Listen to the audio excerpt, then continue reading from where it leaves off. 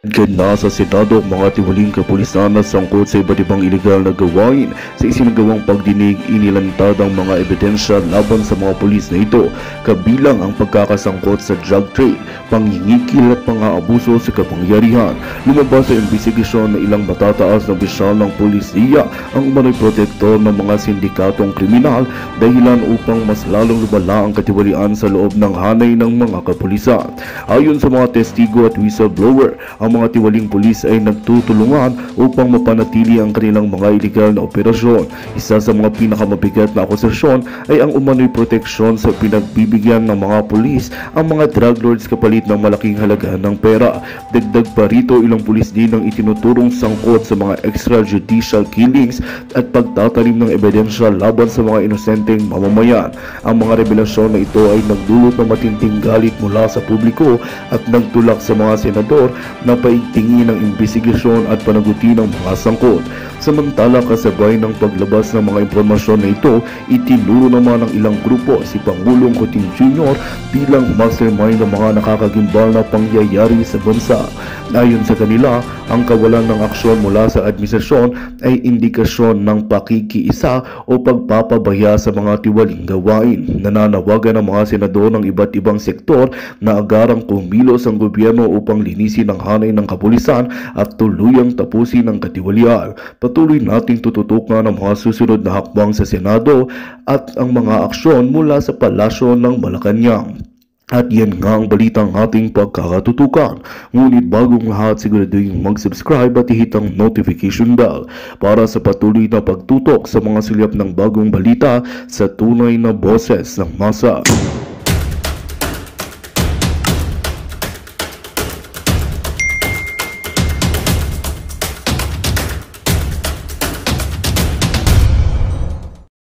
Basta meron silang gusto papasukin, dapat pinapasok niyo agad. If I may, Your Honor. Yeah, go ahead. Actually, Your Honor, meron kami ambulansya, ayaw nila ipalabas. So, napilitan kami, one of our members called the City Government of Davao. It was actually the City Government of Davao who provided the ambulance. Ito po, yun pong nakapasok at nakakuha po ng pasyente. Mayroon kaming footage po. Meron kaming footage sa nangyari po. Na, After how long? ay nako, mga 11 o'clock na ata or 12 o'clock. Ilang oras na? Ilang oras? Lunchtime na po. Ha? Lunchtime. It was a total Patay na. Patay na yung biktima? Patay na yung biktima po. Your Honor. Your Honor. Alam mo, before you answer, we are here to save lives. Di ba meron tayong doktrina sa PNP? Regardless kung makalayas yung kriminal, yung suspect, bahala na makalayas yan kaysa makapatay tayo, makakitil tayo ng isang buhay. Yan ang ating kahit na makalayas siya, basta hindi lang tayo makapatay ng makakitil ng isang buhay. Please respond. Your Honor, I just would like to clarify. The first allegation is that the ambulance pinigil naming pumasok. Ngayon naman, sir, Attorney Torion is saying that ang ambulansya nila pinipigilan naming lumabas. Ano ba talaga, sir, ang kanilang ina-allege? Because the real situation there, sir, is that just like Attorney Torion has presented so far, we planned for this operation thoroughly, sir, including casualty mitigation. And because of that, nandun, sir, ang ating mga ambulansya. So if you have planned it thoroughly, including casualty mitigation, bakit may namatay? Sir, ito, sir, ang situation. Sige. Ang available na ambulansya, nung sinisigaw nila na may casualties doon sa tower, sir, ay ang aming PNP ambulance. Nandun ang health service natin at meron din tayo yung ating Don Mercido Ambulatory Hospital, sir. Mga Cirujano galing sa Southern Philippines Medical Center ang pinaghanda ko. Kasi we are expecting great casualty, sir. Surgeons ang aking pinaprepare para siguradong expert ang nandyan, sir. And we have the ambulatory clinic prepared for almost anything at that level. Ngayon, sir, Kaya nga pina-explain kita, bakit may namatay? Ano nangyari yun? pinapapasok namin ang aming ambulansya, sir. These people, as my aide had stated a while ago, prevented that ambulance at napakatagal bago papasukin, sir. Sinong hindi nagpapasok? Your Honor, excuse me, Your Honor. Sir, The video po will not lie.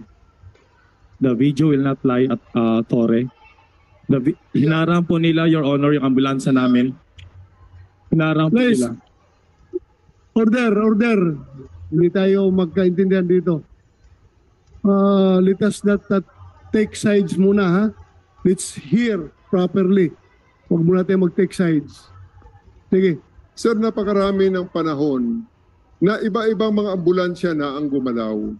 At ang bottom line dyan, sir, ang nagdala niyan at nagbigay ng first aid pa niyan, sir, ay pulis natin.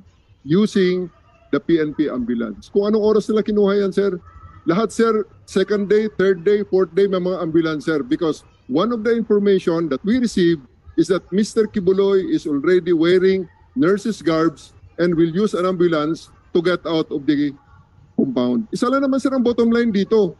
Ayaw lang namin makalabas si Kibuloy dahil nasa kanya ang lahat ng assets niyan. Hindi naman sigurado yun, sir, na first day yan eh. Oo nga. Ayaw natin makalabas si Pastor Kibuloy, pero Bottom at the line, sir, expense sa buhay ng isang tao, hindi. sir, on the first day, sir, it is on record that yung namatay na yun, sir, pulis natin ang nagdala sa ospital using PNP ambulance. Yan po, sir, ang hindi pwedeng i-deny dyan, sir.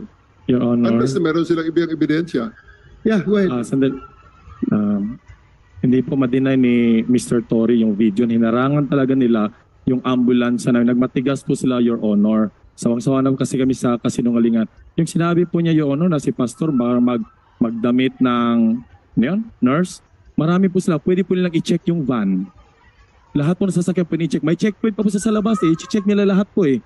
Hindi nyo ba naisip yun? 3,000, 4,000, 5,000 ba kayo na mga police dyan?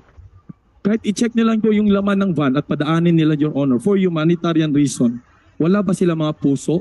Namatayan po kami, Your Honor.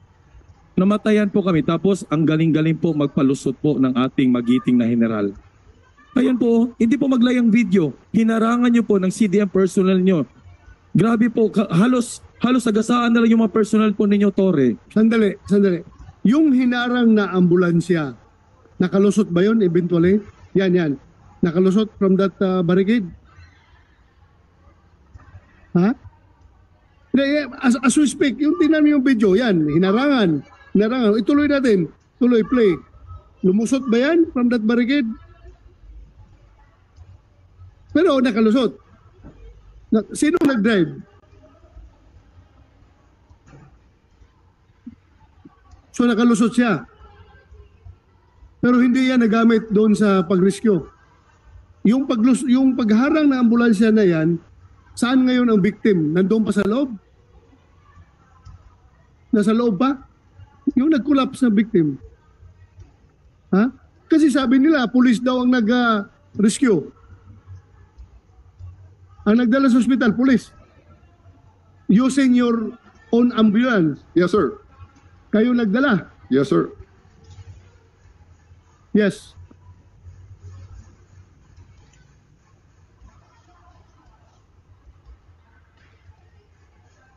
General Torre just insinuated now that this footage could have been taken any day, di ba? Hindi niya alam, pwedeng the following day, pwedeng day 2, pwedeng hindi kami nagsisinungaling that it didn't happen on the first day. But in fact, this was shown on the telecast of that day when Torre raided the KOJC. And sir, may I just step back a little bit? Because I think that question is so important when you ask, bakit 30 minutes, di ba? You ask that the first time when he gave that warning, bakit 30 minutes? The simple answer is just capricho. No, so why is that important to point out? It's important to point out because this is what the KOJC has been bearing all these 14 days. Yung tyrannical, this petty tyrant, General Torre, who abuses and really oppresses everybody there, and it's so arbitrary and just based on his whims and caprices. And after that, Your Honor, no? Go ahead. Yes. Pagpasok kasi, flash bomb, may narinig kaming flash bomb eh. After that, lobbing of tear gases, pumasok kami, may mga pictures po tayo. Ano mga yung pictures nun? Tapos na yon, no? Nakita na ba yun? Yan, patay po. And then after that po, we checked with, kasi ang gulo. Hindi ko na malaman po, Your Honor, during that Sandali, time. sino yan ba yung namatay? Yung nakapula po ang namatay. Yan ang Yung namatay. nakapula. Yung iba kasi na heart attack, Your Honor. 4 yung na heart attack. 5 sila lahat eh.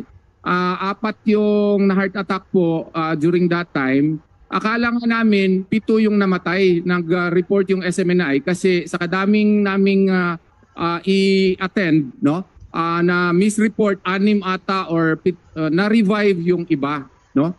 And then during that time, naguguluhan ako kung sino ang susundan ko sa mga pulis pag-search. Kasi ang dami nilang, may nag-search sa hangar, may nag-search doon sa Bible School, may nag-search doon sa, JMC, may nag-search sa Cathedral. There are more or less sa Kingdom, ang laki. So, by mga 9 o'clock po, na-search na ata nila, 9:41, lahat ng mga pulis nila, grabe yan po ang report ng CDRRMO. At on that day, 54 po lahat ng mga pasyente ang na-attend ng CDRRMO, no? 51 were transported to SPMC at saka 3 yung na-treat nila on-site, and all of whom are members of KOJC. Next slide, please. Attorney, Yes. balikan mo nga yung slide doon una, yung nandun yung namatay, yung nakapulang t-shirt. Yes po. Oo. Yan. Yan, yung nakapula He t-shirt is po. being attended by, who are these people? Mga members po. Members ninyo. Walang pulis po nag-attend sa kanya despite our pleas, no? Paano nyo nakarga sa ambulansya nyo na ang nag-asikaso pala nito mga tao nila? Your Honor, they used the cathedral as the casualty collection point. Okay. Many times I attempted to enter that place. Many times I was barred by these people. And only in the brink of dying, nung mamatay-matay na ang kanilang kasama, actually sir, huminga pa yan isinakay sir sa ambulance. Nung alam na nilang hindi na nila kaya sir, ibinigay na sa pulis sir. Kaya dinala namin sa ospital. At kami ang nagdala sa ospital niyan sir. So, alam ninyo na may mga casualty doon sa loob ng Yes cathedral? sir. Yes sir. O, We hindi want kayo to help tumulong, hindi kayo tumulong na dali sa ospital ito. Sir, ako personal na pupunta ron, sir. Hindi nila ipapakita, mamaya sir, ipapakita ko ang klase ng mura at pag-alipusta na kanilang ginawa at ang pakiusap nila, this is the most sacred place, this is our cathedral, huwag kayong pumasok dito at andyan ang mga may sakit. Okay po, no problem po. Kaya hindi namin talaga sir napasok yan only after the 3rd, 4th day na sir. Ano yung nakita ko doon kanina na ginawa ninyong communication room yung cathedral? We will, Nandun yung mga radyo. we will answer that sir sa aming briefing sir. May briefing din ako na-present sir. Just answer directly today. Kasi sabi mo na hindi nyo kontrolado. Pero nung nag-inspection ko ngayon doon, control din nyo. Nandun yung mga radyo ninyo. That was the Explain. place, sir. That was the place where we detected the live and breathing 6 feet underground in the bedroom of Apollo Kibuloy, sir. Pating aso nandun, sir. Muna, about control Yes, of the cathedral. Kasi sabi mo, nung nangyari yun may namatay, hindi nyo kontrolado, hindi kayo pinapasok ng yes, mga sir. Yes, sir. QGC members. Yes, sir. Pero ngayon, apparently, you have full control of that establishment. Pinuntahan ko, nandun yung mga radyo After niyo. the 3rd or 4th day na, sir. After na. 3rd, 4th day na, sir. Sir, Sige, thank you. if I may, sir, with due respect to the good general, during that time, sir, para siyang si Hitler eh. Para siyang si Hitler. Medyo maalanganin ka maglapit sa kanya kasi tapang-tapak na, shock and awe, no? Shock and awe yung kanyang ginamit po noon. Imposible yun na kung gusto niyang pumasok sa cathedral. Sino pa? How can an armed members of the KOJC resist the general who actually, he just said it, expected casualties. He said that. He expected casualties in the mere service of a warrant, no? Attorney, Yes, Your Honor. pag magkanda ka ng operation, you expect for the worst palagi. Kaya naka-ready na yung mga lahat ng posibleng mangyari, paghandaan mo. Kaya expect ka rin ng casualty talaga. But yun lang ang tanong ko. Gusto ko maklaro, kaya nga pinutol ko yung presentation mo. Kasi interesado talaga ako to bakit namatay ito. As you said, per your allegation, na umabot pa ng 1 hour bago ito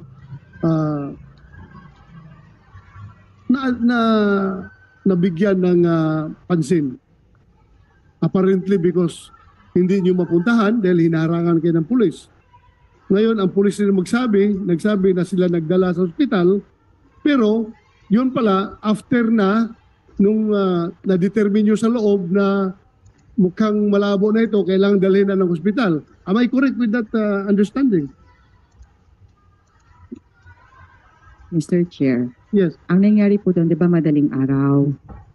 Yun na, pagsabog na nung tear gas doon sa may gate na pinuntahan natin, nag-collapse na si Brother Edwin sa tower kasi siya yung nasa tower. May video po. Okay, sige. Tapos, hindi namin siya mababa kasi nakaharang yung polis. Yun yung totoo. Kahit tanungin natin yung mga members na nandun, yun po talaga nangyari. Nandun lang siya sa taas. So nakita ng mga pulis na nandun sa We were taas ng tower, asking for help.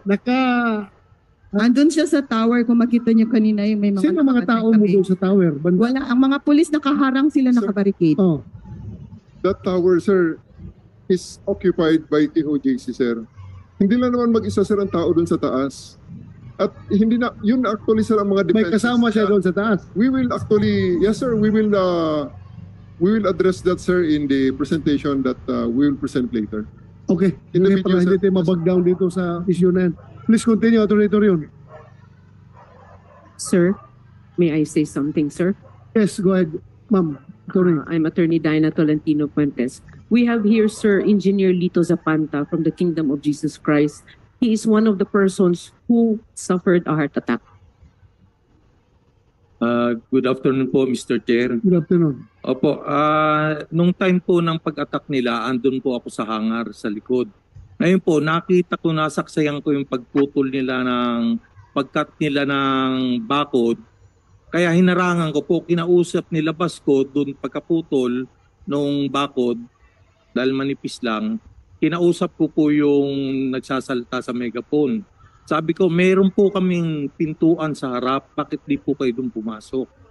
Pero binigyan kami ng warning, kaya napilitan akong pumasok sa loob namin kasi obstruction of justice daw, kakasuhan kami. So nakiusap po ako. Pero nung na sila, barricade, nag-shield, prepare pagpasok, nung hinarangan namin, 4 lang po kami, nakiusap kami, biniran nila ako palabas. Doon, medyo mataas po ang BP ko noon. So kinaladkad nila ako palabas, tinapakan sa likod, sa ulo, tapos pinusasan. Gusto nga pong pusasan pati pa ako, kinaladkad nila ako doon, palabas, inilayo ako. Hanggang sa tingin po siguro ng pulis na medyo hirap na ako sa kalagayan ko, may dumating pong pubuya po ba yun o kinuhaan ako ng BP. Sabi mataas ang blood pressure ko pero wala pong gamot na ibinigay miski isa. So salamat po sa Diyos, dumating po yung asawa ko, may dalang gamot, kaya po na-relieve po ako. So yun po ang nangyari. Thank you. You're raising your hand, Mr. Darwin. Yes, sir. Kami po yung naka-station doon sa kanilang barikada. Napakahaba po nung kanilang human barricade na yun. Ngayon po, mayroon na nga pong inatake. Siya po yata yung inatake doon sa kabilang side ng barikada. Yung mayroon pong isang umiiyak na asawa na gusto pong tumawid doon sa barikada dahil nga po inaatake na daw po yung kanyang asawa. Hindi po talaga nila pinatatawid. Nakikiusap ako, naka-livestream po ako noon. Nakikiusap ako na baka pwede patawirin natin asawa, wala kayong mga puso. Ayaw po nilang patawirin. Hanggang sa dumating na po yung mga nurses ng KOJC, pinapakita po nila yung ID nila sa mga kapulisan natin. Nurse ako, patawirin mo ko kasi meron inaatake sa puso na kasamahan namin. Kasama pa yung abogado, pinakita din po. What particular part yan? Papunta po ng hangar. Hangar? Opo, papunta po ng hangar. Nakabarikada po silang ganun. Parang hinati nila yung papunta ng Kingdom at saka papunta ng hangar. So hindi ka na po talaga makakatawid doon. Pag nasa kabilang side ka, hindi ka makakapunta rito. Kung nandito ka, hindi ka makakapunta roon. So sabi ko, emergency po ito. Nurse, may inaatake, license, pati yung lawyer, pinapakita niya yung license niya. Hindi po talaga binigyan ng access. ang tagal-tagal until talagang nagpumilit na lang kami na biyakin yung kanilang barikada. Nakalusot yung dalawang tao na yon, yung misis at saka yung abogado. Yung nurse. Sinong pan mo doon, General Torre? Sinong ground commander mo doon sa may hangar at that time? We have to know the... Sir, I gave that task to secure the hangar and the backstage with the RMFB and the SAP, sir. Sino ang official mo doon para matanong natin? Rex Malimban and Rex Malimban? Colonel Rex Malimban, sir, and Colonel Eric Sibal. Sir, is it true yung allegation nila na alam ninyo na mayroong nag-collapse doon sa likod ng barricade ninyo tapos hindi nyo pinapasok yung gusto mag-rescue? Good afternoon, Your Honor. Go ahead. Sir, for our part, sir, actually, our main objective is to secure, sir, yung area, sir, nung sa may malapit, sir, sa may residential area. So we went through yung bakod, sir, na sinasabi nila doon sa hangar, sir. Actually, sa hangar. So, during that time, sir, nung pumasok, actually, hindi naman, sir, gumamit talaga ng tear gas doon. So, yung nakita, sir, na usok ay galing, sir, sa fire extinguisher, sir, na ibinuga, sir, sa tropa, sir, fire extinguisher. So tama naman po yung sinasabi, sir, na... Sandali, bakit magkakaroon ng fire extinguisher? Galing po sa loob, sir. Galing sa loob? Yes, sir. Bakit niya ginawang fire extinguisher? May sunog ba? Hindi, sir. Kami ang binugahan, sir, ng fire extinguisher. Kayo ang binugahan? Yes, sir. Yes, sir. Oh, sir. Wala naman kami dalang fire extinguisher, sir. So, anong nangyari, meron sir? Kayong video niyan na binugahan kayo ng... Meron, sir. Yes, sir. We have, sir. So, during that time, sir, ay tama po yung sinabi kanina, sir, naputol yung bakod. So, nakiusap kami, sir, na pumasok. But nagkaroon, sir, ng commotion. So, what we did, instead na kami, sir, sa pumasok, initially, nag-request kami, sir, ng CDM para harapin, sir, yung mga tao, sir. Unfortunately, sir, medyo makikita, sir, yung daan, sir. So we need to cut another part of the fence. Okay lang yun. Hindi ako nagtatanong doon sa pagpasok ninyo. Yes, yung possible entry ninyo doon. Hindi ko tinatanong. Ang tinatanong ko, yung may nakiusap sa inyo na i-rescue nila yung tao na nag-collapse doon sa likod ng barikada ninyo, yung mga CDM ninyo, hindi nyo pinapapasok daw. As alleged by Mr. Darwin. Napalido mo, Darwin? Ha? Salcedo. Sir, I don't know what time was that, but during that time, sir, maaaring wala na kami doon, sir. Kasi ang nag-secure, sir, noon is CDM, sir. Sino yung CDM na yun? Kami, sir, doon kami pumunta sa may residential area. Sino yung CDM na yun? Sir, I'll review the name, sir, ano? Pero dumaan din ako dun, sir, later. Dahil inikot ko, sir, yan ang buong area just to check on my men and to check on everybody. Sir, hindi po totoo na in-stop namin ang mga sasakyan nila, sir. Hindi namin kayang i-stop, sir, ang mga sasakyan. Dito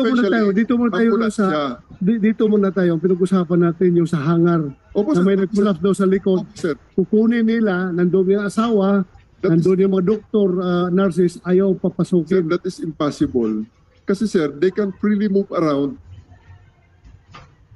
Pastor Marlon Acobo is in a vehicle na pinagmumura pa ako, sir, doon sa barricade namin sa may hangar. At pwede talaga, sir, dumaan, especially kung makita natin mamaya, sir, sa video na lang, sir. Let's let the video speak for itself, Mr. sir. Darwin, you said nagla-live ka noon. So sigurado ko may video ka. Yes, per, meron po. Nasaan? Kung gusto niyo po, i-present ko sa inyo sa I-present mother mo time. later, ha? I-prepare mo. Pero Opo. malaman natin who is telling the truth here. Opo, Ha? opo. Ayaw kung kaya tayo nag-hearing so that we can come out with the truth. Ha? I-prepare mo yung presentation mo.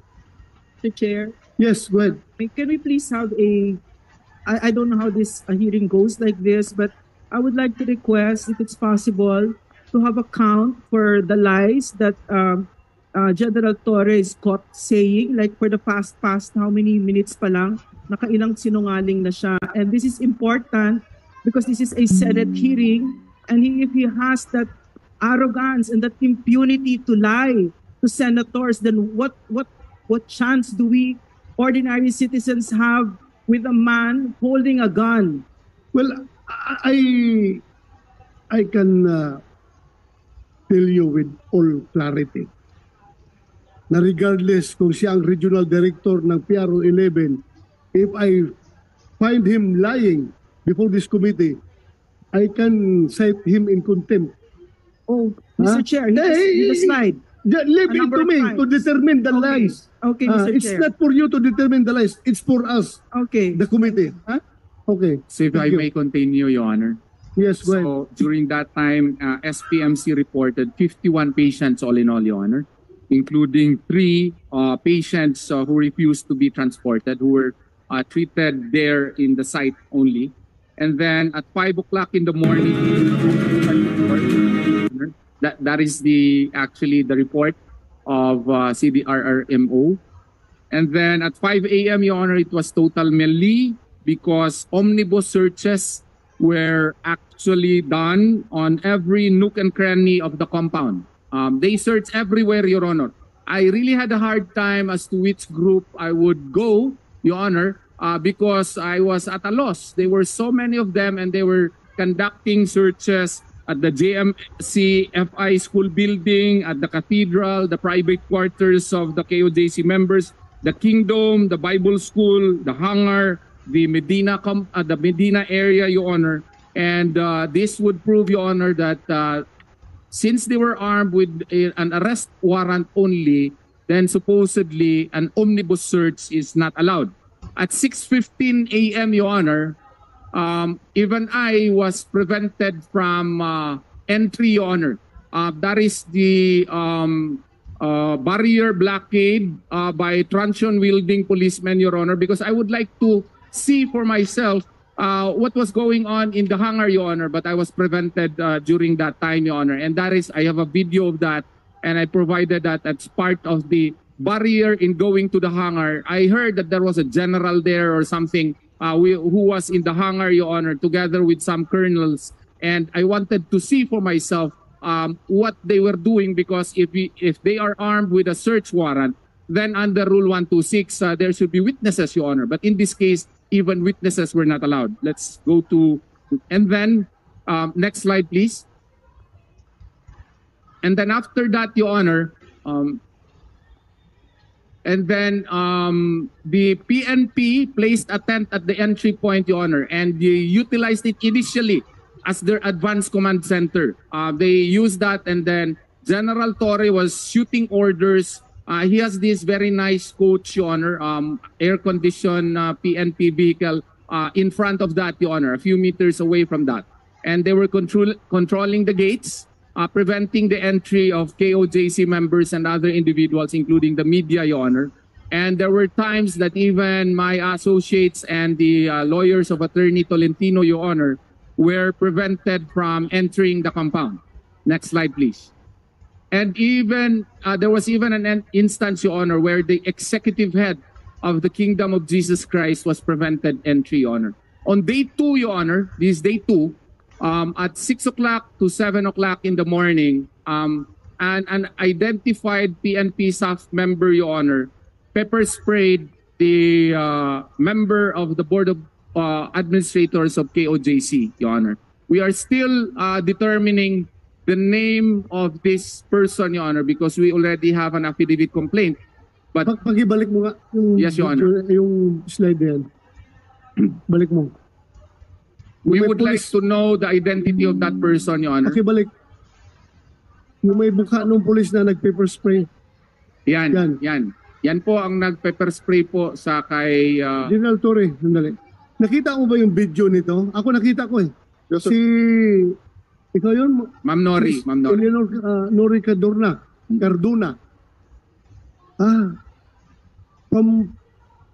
From the backside, ginano niya si Cardona. Tinira niya ng pepper spray. Nakita mo yung video na yun? Yes, sir. Ano masasabi mo doon? We immediately relieved the person, sir, and we have already started the pre-search investigation. And according to him, it's not pepper spray but an alcohol spray. At hindi ko na sir i-justify ang kanyang ginawa, Please do not, but that's wrong, sir. please do not We will not justify. tolerate. Alcohol ba naramdaman mo, Ma'am Cardona? Alcohol?